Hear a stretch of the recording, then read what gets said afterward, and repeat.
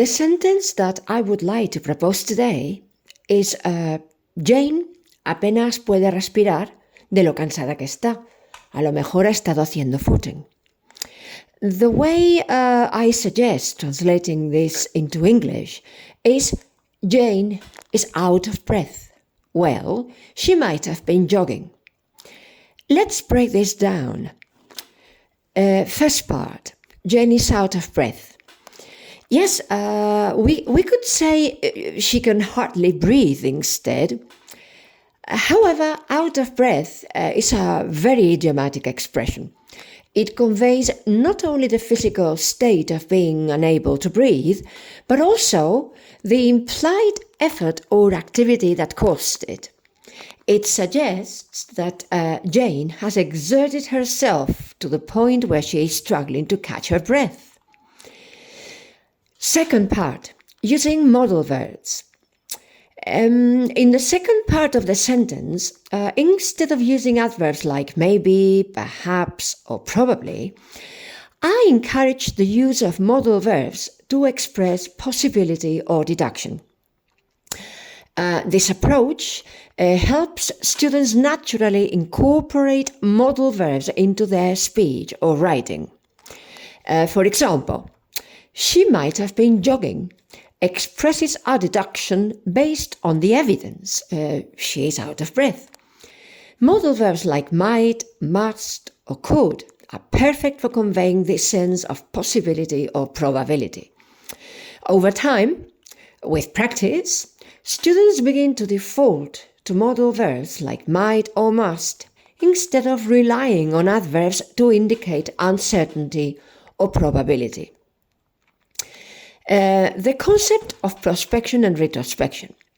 I often highlight two important linguistic concepts, prospection and retrospection, which describe the relationship between two actions where one is subordinate to the other. This relationship creates a temporal or logical leap, beginning with the primary action and extending to the secondary action as its endpoint or destination.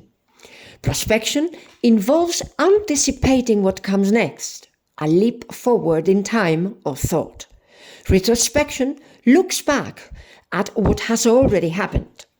And these dynamics can occur at various levels. Between sentences, for example, in reported speech, she said she would come.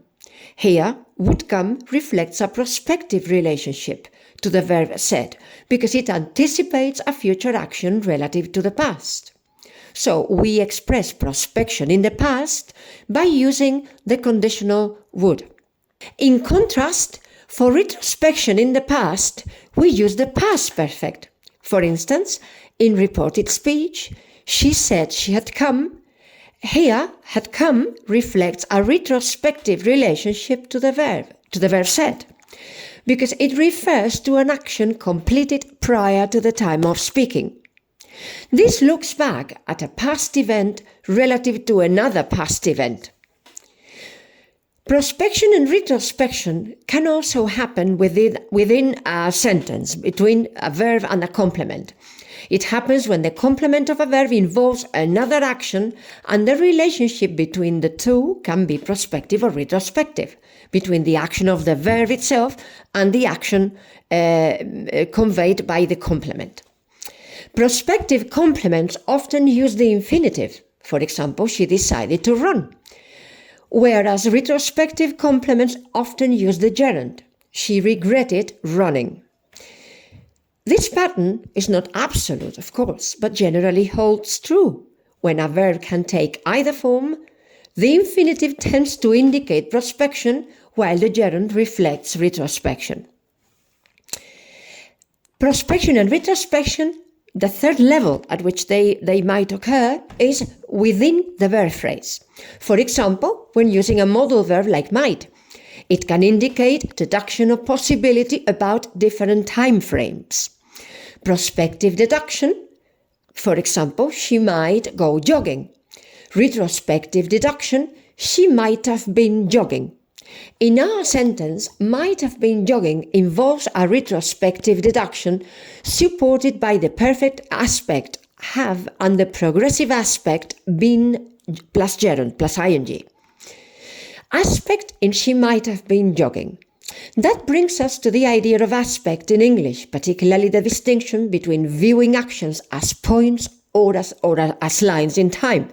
The perfect aspect expressed by the auxiliary have indicates retrospection, a look back at a completed action. The progressive aspect expressed by be plus gerund highlights the continuity or duration of the action, making it feel like a line on the timeline. In the sentence, she might have been jogging, we combine these elements. Might, a modal verb, which indicates possibility. Have, the perfect aspect, which implies retrospection, looking back. And been plus gerund, the progressive aspects, emphasizing the ongoing nature of the action. Thus, the final sentence encapsulates these layers of meaning. Jane is out of breath. Well, she might have been jogging.